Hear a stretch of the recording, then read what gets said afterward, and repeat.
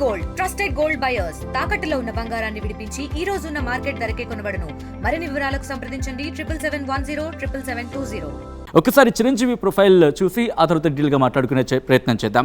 Chiranjeevi, here it is the profile. చిరంజీవికి సంబంధించి కొన్ని కీ పాయింట్స్ మాట్లాడుకుంటే కేంద్ర మంత్రిగా పనిచేసిన అనుభవం ఉంది, అలాగే సౌత్ ఇండియాలో గొప్ప నటుడిగా పాపులారిటీ ఉంది, తెలుగు రాష్ట్రాల్లో ఓటర్లను ప్రభావితం చేసే నాయకుడు, ప్రజారాజ్యం కాంగ్రెస్ పార్టీలో పనిచేసిన అనుభవం. ఇన్ఫ్యాక్ట్ ప్రజారాజ్యం పార్టీ అధ్యక్షుడు అయిన కాంగ్రెస్ పార్టీలో ప్రజారాజ్యం పార్టీని విలీనం చేసిన తర్వాత కేంద్ర మంత్రిగా ఉన్న సందర్భం, కేంద్ర పర్యాటక శాఖ మంత్రిగా మనం చూసాం.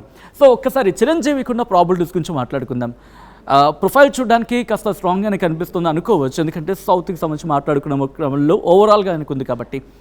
ఈజ్ ఇట్ అంటే అది ఫెచ్ అవుతుందా, ఆయనకి ఉపరాష్ట్రపతి స్థానాన్ని తీసుకెళ్ళడానికి అది యూజ్ అవుతుందా? ఒకసారి సాధ్యాసాధ్యాల గురించి మాట్లాడుకుందాం అంటారా?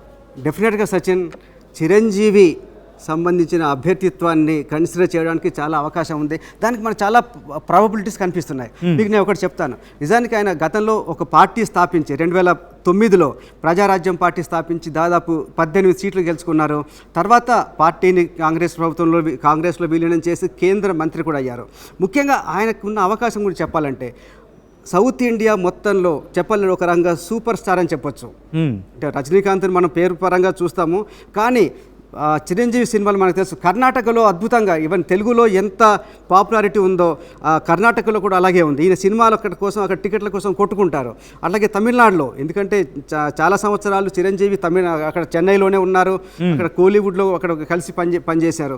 అలాగే నెక్స్ట్ మిగిలింది మలయాళం ఇండస్ట్రీలో కూడా మెగాస్టార్ కుటుంబానికి అటు అల్లు అర్జున్ కావచ్చు, పవన్ కళ్యాణ్ కావచ్చు, మిగతా కుటుంబ సభ్యులకు సంబంధించిన సినిమాలు కూడా చాలా, అంటే మలయాళీ సినిమాల హీరోలకు ధీటుగా అక్కడ ఈ మెగా కుటుంబానికి చెందిన సినిమాలు ఆడుతుంటాయి.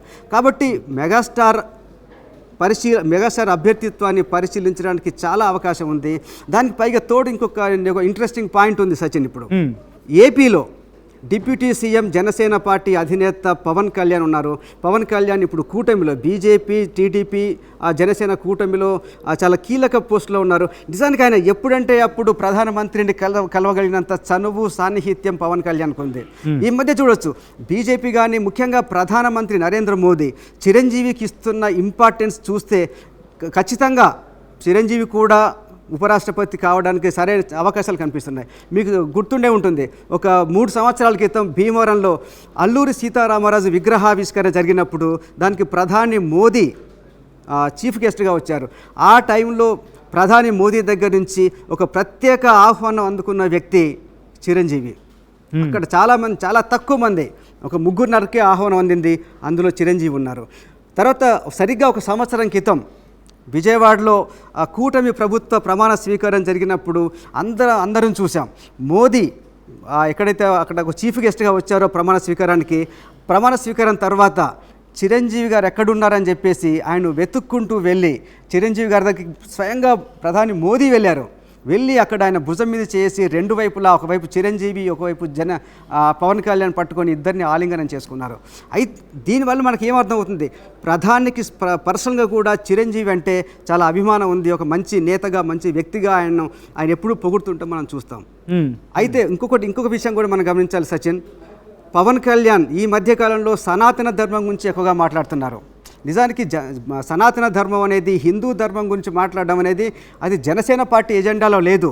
తను చేగువేరా అభిమాని అని చెప్పుకున్నారు. చేగువేరా నుంచి, అంటే ఆయన ఒక విప్లవకారుడు, విప్లవం ద్వారా రాజ్యాధికారం సంపాదిస్తారని చెప్పిన చేగువేరాని తనకు ఆదర్శంగా చెప్పుకునే వ్యక్తి నెమ్మదిగా తన స్టాండ్ మార్చుకొని హిందుత్వ వైపు మళ్ళారు. దానికి కారణం ఏంటి?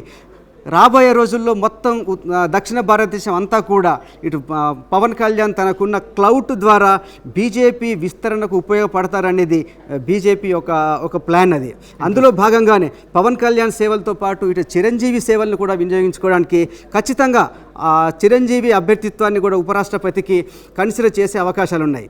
కాకపోతే ఇప్పుడు అందరిలో జరుగుతున్న చర్చ ఏంటంటే, మనకి ఇప్పుడు టాలీవుడ్లో ఉన్న హీరోల్లో అత్యధిక సినిమాలు చేసింది చిరంజీవి. ఆయన ఎప్పుడైతే రాజకీయాల నుంచి విరమించుకున్న తర్వాత మళ్ళీ సినిమాలు తీస్తున్నారు. ఇప్పుడు విశ్వంభర అనే సినిమా ఇప్పుడు దాదాపు ఎండింగ్కి వచ్చేసింది, క్లైమాక్స్కి వచ్చేసింది. తర్వాత అనిల్ రావిపూడి నెక్స్ట్ సంక్రాంతి కోసం ఒక సినిమా అయితే ప్లాన్ చేశారు. ఆ సినిమా ప్రోగ్రెస్లో ఉంది. అయితే మరి ఇట్లా ప్రోగ్రెస్లో ఉన్న 2 సినిమాలని వదులుకొని రాజకీయాల్లోకి వెళ్తారా, ఉపరాష్ట్రపతికి వెళ్తారా అనే చర్చ, కొన్ని అనుమానాలు వ్యక్తమవుతున్నాయి. కాకపోతే ఆ ఉపరాష్ట్రపతి పదవికి ఉన్న క్లౌట్ గానే, దాంట్లో ఉండే గౌరవంగాతో పోల్చినప్పుడు ఈ సినిమాలు అనేవి చాలా చిన్న విషయంగా కనిపిస్తుంది. తప్పకుండా చిరంజీవి అభ్యర్థిత్వాన్ని బీజేపీ పరిశీలించే అవకాశం అయితే ఉంది. సచిన్, ఇంట్రెస్టింగ్. తెలుగులో ఫాస్టెస్ట్ న్యూస్ ఇప్పుడు కొత్త అవతారంలో 5 సెకండ్లోనే పూర్తి వార్తా సమాచారం మీ చేతిలో. సోషల్ మీడియా ట్రెండ్స్ మీ కళ్ళ ముందుకే live TV and voice search ఆప్షన్స్తో ఇప్పుడే డౌన్లోడ్ చేయండి. యాప్ లింక్ డిస్క్రిప్షన్లో ఉంది.